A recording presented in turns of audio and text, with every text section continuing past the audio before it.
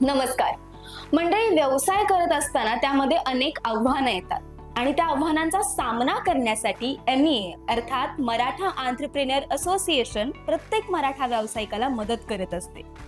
याही वर्षी MEA एक असा एक्स्पो आयोजित करत आहे ज्यामुळे प्रत्येक मराठा व्यावसायिकाला जागतिक ओळख मिळेल. अर्थातच MEA इंटरनॅशनल बिझनेस एक्स्पो. आणि या अभिमानास्पद प्रवासाचा भाग म्हणजे आज आपल्या सोबत उपस्थित आहेत फ्लेअर सोलरचे सर्वेसर्वा माननीय श्री हर्षल सातव आणि सिद्धार्थ थोरात साहेब. नमस्कार सर. खरं तर आम्हाला असं कळलं की तुम्ही फ्रेंड्स रूममेट्स होता आणि तिथून तुमच्या बिझनेसची सुरुवात झाली. तर आपलं फ्लेअर सोलर काय आहे आणि कशी सुरुवात झाली तुमच्या या बिझनेसची? आता आमची ही जी कंपनी आहे तर ही सोलर कंपनी आहे. सोलरची कंपनी म्हणजे आम्ही EPC कंपनी आहोत, म्हणजे सोलर सिस्टीम जे इन्स्टॉलेशन करून देणारी आमची कंपनी आहे. अच्छा. आता आमचे ऑफिसेस जे आहेत तर ते आहेत, एक राहत्याला एक ऑफिस आहे शिर्डीजवळ, त्याच्यानंतर एक ऑफिस अहिल्यानगरमध्ये, अहिल्यानगर MIDC मध्ये, आणि पुण्याला विमाननगरमध्ये आमचं एक ऑफिस आहे. आता तुम्ही जसं विचारलं की आम्ही फ्रेंड्स आहोत, ऍक्च्युली आमची सुरुवात जी आहे तर ती कॉलेजपासूनच आमच्या डोक्यामध्ये होती की काहीतरी बिझनेस आपल्याला चालू करायचा आहे. ओके. मग त्याच्यामध्ये ज्यावेळेस आमचं इंजिनिअरिंग झालं, आता सिद्धार्थचं तर कॉलेजमध्येच प्लेसमेंट झालेलं होतं आणि तो एका कम्प्युटर IT कंपनीमध्ये चांगल्या सॅलरीवर जॉब करत होता तो. अच्छा. आणि त्यावेळेस आमचं असं प्लॅनिंग होतं की आपण काय करायचं, की कुठली एक इंडस्ट्री असेल जी चांगल्या पद्धतीने ग्रो करत असेल. मग त्यावेळेस एक 2-3 अपॉर्च्युनिटीज आम्हाला दिसल्या. मग त्याच्यामध्ये एक ISP म्हणजे इंटरनेट सर्व्हिस प्रोव्हायडरची एक अपॉर्च्युनिटी होती आणि एक सोलर सिस्टीम होती. पण 2017-18च्या दरम्यान काय, ती एक जिओची एक वेव आलेली होती. ही वेव तेव्हापासून होती. मग त्यावेळेस मग आम्ही असा विचार केला का आता जर मोठा शार्क समजा जर इंडस्ट्रीमध्ये येतोय तर तो सगळ्यात छोट्या माणसांना खाऊन टाकेल. मग आम्ही असा विचार केला की मग एक सोलर सिस्टीम किंवा सोलर पॅनल्सची इन्स्टॉलेशनची सर्व्हिस आपल्याला प्रोव्हाइड करता येईल. आणि तुमच्या या बिझनेसची सुरुवात किती साली झाली?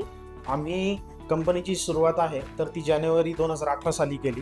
आम्ही एक छोटंसं आमचं ऑफिस होतं राहत्यामध्ये, एक साधारण 10 बाय 10चा गाळा असेल, तर तिथनं आमची सुरुवात झाली होती. त्याच्यानंतर 2 वर्षानंतर आम्ही एक्सपांड केलं. त्याच्यानंतर आमचं पहिलं ऑफिस आम्ही अहिल्यानगरमध्ये घेतलं. ते पण एक छोटंसं ऑफिस होतं. आणि ज्यावेळेस करोना आला, ज्यावेळेस कोविड आलं, तर त्यावेळेस आम्हाला परत त्या ऑफिसचा काही युजच झाला नाही. म्हणजे ज्यावेळेस आम्ही वर्क फ्रॉम होम सगळ्यांचे सुरू झाले होते. आणि त्याच्यानंतर मग आम्ही काय केलं, आमचा एक फ्लॅट पण होता जो आम्ही रेंट केलेला होता नगरमध्ये, तर तिथनंच आम्ही बऱ्यापैकी आमचे ऑपरेशन्स हँडल करायचो.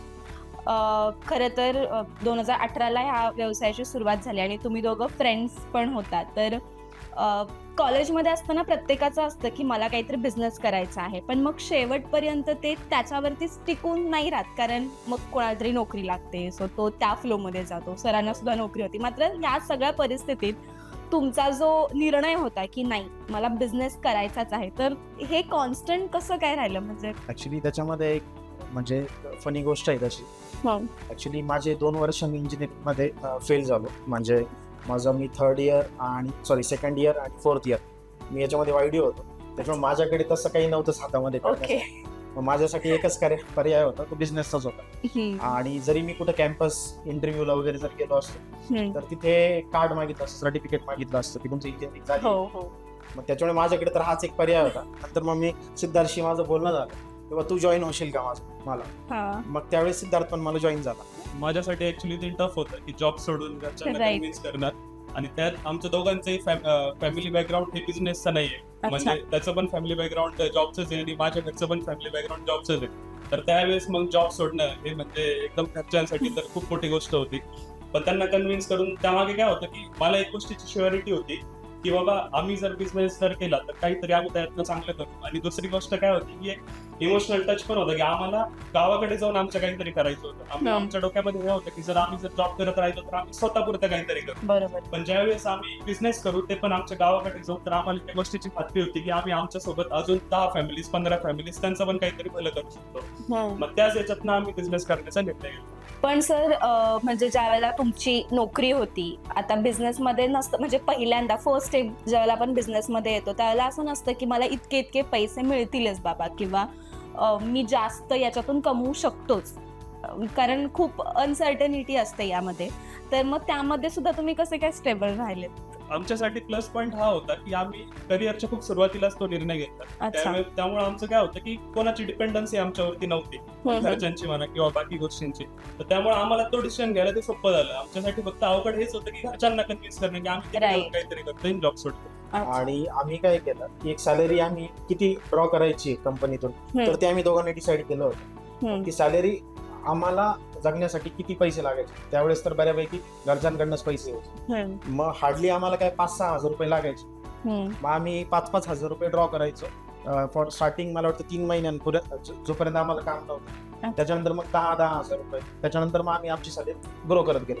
आणि अजून देखील म्हणजे एक सांगू इच्छितो की अजून देखील आम्ही सॅलरीज ड्रॉ करतोय. म्हणजे आम्ही बिझनेस मधला असं प्रॉफिट झाला आणि तो पैसे कुठे बाजूला काढतोय किंवा वैयक्तिक काही समजा गाडी घेतली किंवा मग घर घेतलं, या गोष्टींमध्ये आमचं इन्व्हॉल्वमेंट नसते तशी पैशांची. नाईस. खरं तर हा आदर्श प्रत्येक जे तरुण युवक येत आहेत बिझनेसमध्ये त्यांनी घेतला पाहिजे. तर मला अजून एक विचारायचं आहे की या बिझनेसमध्ये असा कुठला टर्निंग पॉईंट आला होता की जिथे तुमच्या लाईफस्टाईलमध्ये किंवा तुमच्या बिझनेसमध्ये एक चांगला बदल झाला असं तुम्हाला वाटतं? आता याच्यामध्ये काय आहे की आम्ही जे हायरिंग करत गेलो, म्हणजे आमच्या इथे काय रुरल भागामध्ये जास्ती करून रोजगार नाहीये. मग आमच्या डोक्यामध्ये हे एक, जसं सिद्धार्थनी मागे सांगितलं की ही जी कल्पना आहे, तर ती कल्पना आमच्या डोक्यामध्ये आधीपासून होती की बाबा आम्ही बिझनेस चालू केल्यानंतर एक पर्यावरणाला आणि त्याबरोबरच काही सोशल सर्व्हिस आमच्याकडनं झाली पाहिजे. आता पर्यावरणाला बेनिफिट असा होतोय की सोलरपासून आपण जर वीज निर्मिती केली तर ही एक ग्रीन इलेक्ट्रिसिटी आपण सोलरला म्हणतो. म्हणजे इथे तुम्हाला कुठे कोळसा वगैरे जाळण्याची गरज पडत नाही. तर हा एक बेनिफिट पर्यावरणासाठी करून दिला. आणि दुसरा जो बेनिफिट आहे, म्हणजे दुसरा जो कॉज होता ज्याच्यासाठी आम्ही काम करतोय, तर तो एक रोजगार आहे. म्हणजे आता जर तुम्ही पाहिलं आमच्या कंपनीमध्ये एकूण 100 लोक कार्यरत आहेत. मग त्यांच्या फॅमिलीज आमच्यावर डिपेंडेंट आहेत. तर हा आम्हाला असं वाटतं की एक टर्निंग पॉईंट किंवा एक चांगली गोष्ट आमच्यासाठी आहे. खरं तर तुमची 100 लोकांची, त्याच्यापेक्षा जास्त लोकांची टीम आहे, तर कसं मॅनेज होतं हे सगळं एका रुरल एरियामध्ये? आता तो ॲक्च्युली एक चॅलेंजिंग पार्ट आहे आमच्यासाठी. पण आम्ही काय विचार केला की ही जेवढी मोठी इंडस्ट्री आहे सोलर इंडस्ट्री, तर हे आमच्या दोघांवर जर डिपेंडन्सी ठेवली तर तेवढी ग्रोथ आम्हाला त्याच्यामध्ये घेता येणार नाही. मग आम्ही काय प्लॅनिंग केलं की काहीतरी ऑटोमेशन याच्यामध्ये करता येईल. सगळं काम आम्हीच करायचं. भरपूर वेळा काय होतं की व्यवसायामध्ये सगळं काम मीच करेल, पॅनल मीच डिलिव्हर करेल, इनव्हॉइस मीच जनरेट करेल. तर हे आमच्या डोक्यामध्ये आधीपासून नव्हतं की एक प्रॉपर स्टार्टअप पाहिजे, तसं आमच्या डोक्यामध्ये होतं. मग आम्ही काय केलं, एक सॉफ्टवेअर आता ऑटोमेशन आम्ही केलेलं आहे बऱ्यापैकी. आता 100 लोकांची टीम मॅनेज करणं म्हणजे काय, आता याच्यामध्ये सॉफ्टवेअर थ्रू एखादी ऑर्डर समजा इन केस आता एखाद्या जर सोलर सिस्टीम बसवायची, तर मग आमची डिजिटल मार्केटिंगची टीम सेपरेट आहे. त्याच्यानंतर जी डिजिटली ज्या लीड्स आम्ही जनरेट करतो तिथून मग टेलिकॉलिंग टीम आमची ऑपरेट होते. तिथून पुढे त्याच्यानंतर ज्यावेळेस ते कॉल करतात आणि ज्यावेळेस एखादा कस्टमर इंटरेस्टेड निघतो, त्याच्यानंतर तो कस्टमर ज्यावेळेस फील्ड व्हिजिटसाठी बोलवतो, तर आमचे सेल्स एक्झिक्युटिव्ह आहेत जे फील्ड व्हिजिट करतात, त्याला कोटेशन एक्सप्लेन करतात. त्याच्यानंतर ज्यावेळेस तो क्लोज होतो, आता इथून हा मेजर टास्क जो आहे येतो, तर तो चालू होतो.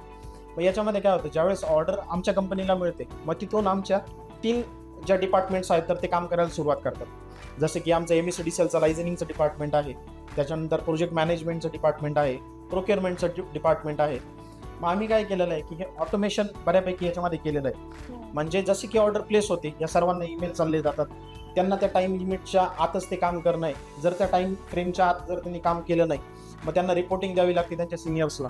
मग त्या थ्रू बऱ्यापैकी आम्ही हे सर्व मॅनेज करतोय. दुसरी इम्पॉर्टंट गोष्ट काय की आम्ही बऱ्यापैकी ट्रान्सपरन्सी मेंटेन करतोय टीम सोबत. म्हणजे इव्हन आम्हाला असं वाटतं की आमच्या 90% टीमला माहिती आहे की आम्ही प्रॉफिट किती गान करतोय एका ऑर्डर पासून. मग हे बरेचसे लोक लपवण्याचा प्रयत्न करतात किंवा त्याच्यामध्ये म्हणजे ट्रान्सपरन्सी ठेवत नाही. मग त्यामुळे काय होतं की तुम्ही टीम सोबत ट्रस्ट नाही बिल्ड करू शकत. मग आज आम्हाला त्या गोष्टीचा खूप जास्त फायदा होतोय. त्याचा तोटा पण असं होतं की काही लोकांना वाटतं अरे एवढं मिळतंय का, चला आपण पण चालू करूयात. म्हणजे अशा पण गोष्टी होतात. आणि आम्हाला त्याचं काही वाईट नाही वाटत, कारण की काय असतं की जसं मी पण जॉब सोडून शेवटी बिझनेस चालू केलाय, तर माझ्या इथे पण तर कुठल्या टीम मेंबरला जर त्याचा जॉब सोडून जर चालू करायचा असेल तर आम्ही 100% त्यांना सपोर्ट करतो. फक्त आमचं म्हणणं एवढंच असेल की जे काही करताय ते तुम्ही इथिकली करा. नाहीतर इथला डेटा घ्यायचा, दुसरीकडे जायचं, परत तुम्ही तिथं काहीतरी करणार किंवा तुमच्या व्यवसायात पण उद्या तुम्हाला ते फेस करावं लागेल. त्यावेळेस तुम्हाला त्याची महत्व कळेल. मग आज तुम्हाला ते कळणार. बरोबर सर. आणि यामध्ये चॅलेंजेस काय काय येतात तुम्हाला ह्या बिझनेस करताना? सोलरचा बिझनेस करताना तुम्ही खूप चांगला प्रश्न विचारला. आम्हाला खूप सारे चॅलेंजेस येत आहेत. तर ते चॅलेंज डिस्क्राईब करण्यासाठी मी काय करतो, तुम्हाला एक फनी अनालॉजी देतो एक लाईट नोटवर. तर सोलरचा बिझनेस आजकाल कसं झालाय ना, की सोलरचा बिझनेस आणि पॉलिटिक्सचा बिझनेस हा मला आता सिमिलर वाटायला लागलाय. ऍक्च्युली याच्यावर बरेच लोक आर्ग्यू करतील की पॉलिटिक्स हा बिझनेस नाही, पण मला तरी असं वाटतं की पॉलिटिक्स हा एक बिझनेस असेल. तर काय होत आहे की सोलरचा बिझनेस पण करण्यासाठी ना कुठलीच डिग्री लागत नाही, आज काही कुठला कोर्स करावा लागत नाहीये. आणि सेम पॉलिटिक्स आहे, पॉलिटिक्सचा बिझनेस करण्यासाठी पण तुम्हाला कुठली डिग्री लागत नाही, कुठला कोर्स करावा लागत नाही. दुसरी गोष्ट, सोलरच्या बिझनेस मध्ये काय आलंय की जेवढे नवीन नवीन लोक येत आहेत ते खूप सारे आश्वासनं देत आहेत की बाबा मी हे करून देईल, ते करून देईल. आणि सेम पॉलिटिक्स मध्ये असतो, तो सगळ्यात जास्त आश्वासन देतो, तो निवडून येतो. सेम याच्यात होतो, जो सगळ्यात जास्त आश्वासन देतो त्याला सगळ्यात ऑर्डर मिळून जात आहे. तिसरी गोष्ट, जसं पॉलिटिक्स मध्ये एकदा माणूस निवडून आला की परत तो दिसतच नाही आपल्याला. आणि सेम आमच्या बिझनेस मध्ये बसत आहे, एकदा की माणसाने त्याची सोलर सिस्टीम लावून घेतली की तो इन्स्टॉलर परत त्याला कुठे मिळतच नाही सर्व्हिस देण्यासाठी. म्हणजे याच्यावर आम्हाला असं झालंय की तुम्ही काम करताना करा, पण तुम्ही व्यवस्थित काम करा. म्हणजे असं व्हायला नको की बाबा तुमच्यामुळेच अख्खी सोलर इंडस्ट्रीज बदनाम होते. आज लोक काय करतात की स्पेसिफिक या कंपनीला नाव ठेवत, तर ते बोलतात की नाही ते सोलरच खराब आहे, ते चालत नाही, मग त्याने बाकी लोकांचं पण नुकसान होतं. हा, त्या क्षेत्रालाच मग ते एक नावाचा ठप्पा पडून जातो अशा ह्याच्यामुळे. सर, आणि तुम्ही टाटा सोबत सुद्धा असोसिएट आहात, तर ती काय गोष्ट होती? आता ॲक्च्युली काय आहे, आम्ही ज्यावेळेस इनिशियल डेजमध्ये ज्यावेळेस आम्ही मार्केटिंग करायचो, तर त्या केसमध्ये व्हायचं काय की भरपूर वेळा आम्ही इंडस्ट्रीज व्हिजिट करायचो. त्यावेळेस त्यांना सांगायचो की आम्ही फ्लेअर्समधून आलेलो आहे. फ्लेअर्स असं काय मोठा ब्रँड वगैरे काही नव्हतं. त्यावेळेस आम्हाला असं वाटलं की कुठल्या तरी ब्रँड बरोबर आपण जायला पाहिजे. याच्यामध्ये एक ब्रँडिंगची एक गोष्ट होती आणि टेक्निकल असोसिएटेड अशी एक गोष्ट होती की आम्ही ज्यावेळेस आधी वेगळे प्रोडक्ट जे वापरायचो, तर त्या केसमध्ये आम्ही कितीही चांगलं समजा इन्स्टॉलेशन केलं, त्यांच्या SOP प्रमाणे ते सर्व फॉलो करून जर इन्स्टॉलेशन केलं, पण जर मॅन्युफॅक्चरिंगच जर डिफेक्ट असेल तर ते सुधारता येत नाही. आणि त्यावेळेस मग बऱ्यापैकी वेळा काय व्हायचं की मॅन्युफॅक्चरर्स हात वर करून द्यायचे. मग त्या केसमध्ये टाटा पॉवरनी आम्हाला ती शक्ती दिली आणि त्यामुळे आम्ही आता पूर्ण महाराष्ट्रभर टाटा पॉवरचं काम करतोय. आणि तुम्ही MEA मध्ये आता जो होणारा इंटरनॅशनल बिझनेस एक्सपो आहे, तर तिथे सुद्धा भाग घेतलाय. तर MEA बद्दल कुठून तुम्हाला माहिती मिळाली आणि काय होता एक्सपिरियन्स? MEA बद्दल तर सर्वात पहिले माहिती मला माझ्या भावाकडनं मिळाली होती. ऍक्च्युली तो पण असोसिएटेड आहे MEA सोबत अच्छा. खूप सुरुवातीपासून. तर त्याच्याकडनं ही माहिती मिळाली होती. आणि नंतर काय झालं की आम्हाला एक्सपो आहे असं समजलं, आणि मग त्यावेळेस आम्हाला मेल वगैरे आल्यानंतर मग आम्ही अजून एक्सप्लोअर केलं याच्यामध्ये की आपल्याला कशी ऑपॉर्च्युनिटी मिळू शकते. आम्ही सर्च केलं तर आम्हाला दिसलं की खूप मोठा ग्रुप याच्यासोबत असोसिएट झालाय आणि खूप चांगला फुटफॉल वगैरे असतो जो प्रिव्हियस एक्झिबिशन्सला होता. मग त्यातूनच आम्ही निर्णय घेतला की चला बाबा आपण पण पार्टिसिपेट करूयात आणि काहीतरी जे आपल्या समाजाला पण देणं लागतं ते यातनं पण आपल्याला तर काहीतरी मिळेलच, पण आपल्यासोबत समाजालाही काहीतरी मिळेल. बरोबर. सर, आत्ताचा जो होणारा इंटरनॅशनल बिझनेस एक्सपो आहे, तर तिथे तुम्ही स्टॉल बुक केलाच आहे, तर त्याची काय इम्प्रेसिव्ह गोष्ट वाटते तुम्हाला? स्टॉल बद्दल जे काही लेआउट वगैरे सगळे प्रॉपर दिले, त्याच्यासोबत जे काही त्यांनी डॉक्युमेंट वगैरे प्रॉपर दिलंय की बाबा कुठे असेल एक्सपो, कोण कोण असोसिएटेड आहे, किती फुटफॉल असेल, म्हणजे सर्व गोष्टी एकदम डिटेल मध्ये मेन्शन केलेल्या आहेत. त्यामुळे काय होतं की डिसिजन घेण्यासाठी पटकन एकदम अगदी सोपं होऊन जातं. सर, MEAचा हा इंटरनॅशनल बिझनेस एक्सपो होतोय, तर त्या संदर्भात तुम्ही इतर उद्योजकांना काय आवाहन कराल? इतर उद्योजकांना मी हे सांगू इच्छितो की आम्ही जो MEA मध्ये स्टॉल बुक केलाय, तर आमचा स्टॉल नंबर आहे P24. तुम्ही नक्की आमच्या स्टॉलला व्हिजिट करा. तसंच ज्यांनी पण अजून कोणी जर स्टॉल बुक केला नसेल किंवा करण्याच्या विचारात असाल, तर तुम्ही नक्की या एक्सपो मध्ये स्टॉल बुक करा. त्याचा फायदा नक्की तुम्हाला मिळेल याची ग्वाही तुम्हाला. धन्यवाद.